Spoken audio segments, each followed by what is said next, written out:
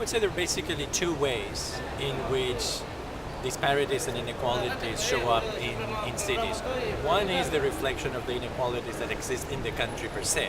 For example, income distribution, which is clearly not something that it's in the realm of what municipalities can affect.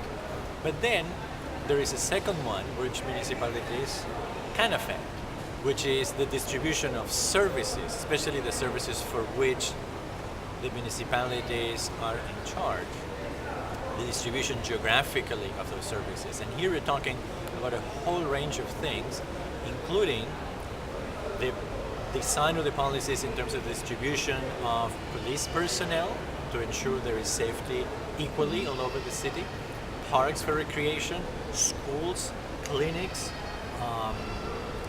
birth registration offices. I mean, it's a whole range of things that affect specifically children, which the cities can influence in terms of who receives those services and who doesn't within the space of the city.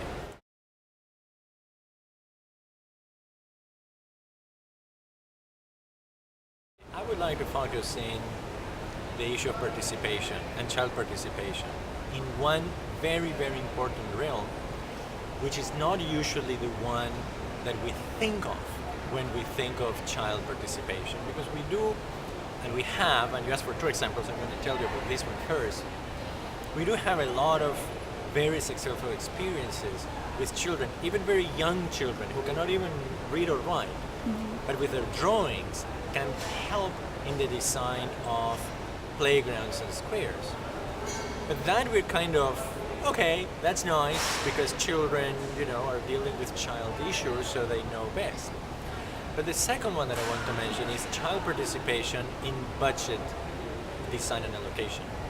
There are many countries in the region, there are, I think, close to 100 countries, cities in the region, where there is participatory budgeting.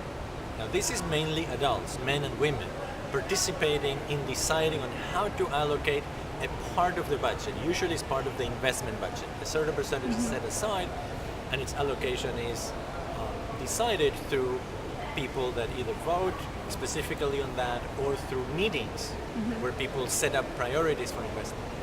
In many of those situations, there are children, 17, 16, 15, even 12 or 13-year-old, who can participate in that. And I think it's very important to hear their voice in terms of what they want for their cities.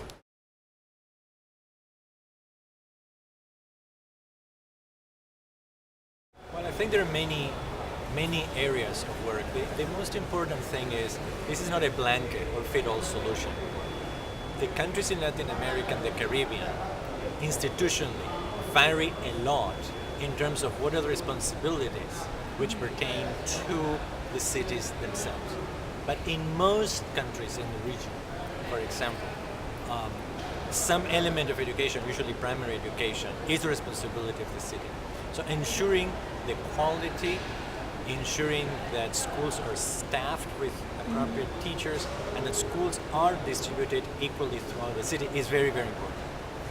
That's one. Another one, which is very, very important, and also affects disadvantaged children, is to ensure that there are playgrounds and spaces for green spaces, which are also helpful for the environment, which children can access. And here it's very important to make sure they're accessible for children with disabilities. There are different types of disabilities. Could be audio, could be eyesight, could be mobility. Children should be able to play with other children in those areas. Another one, which is also very cost effective, is if we think of the main killer of children between 5 and 15-year-olds in the region, and that is traffic accidents. Traffic accidents is clearly within the purview of what municipalities can influence and decide. And there are a lot of things that cities can do, from improving signposts, improving traffic lights, changing the flow of circulation of vehicles. This could also be done in a participatory process.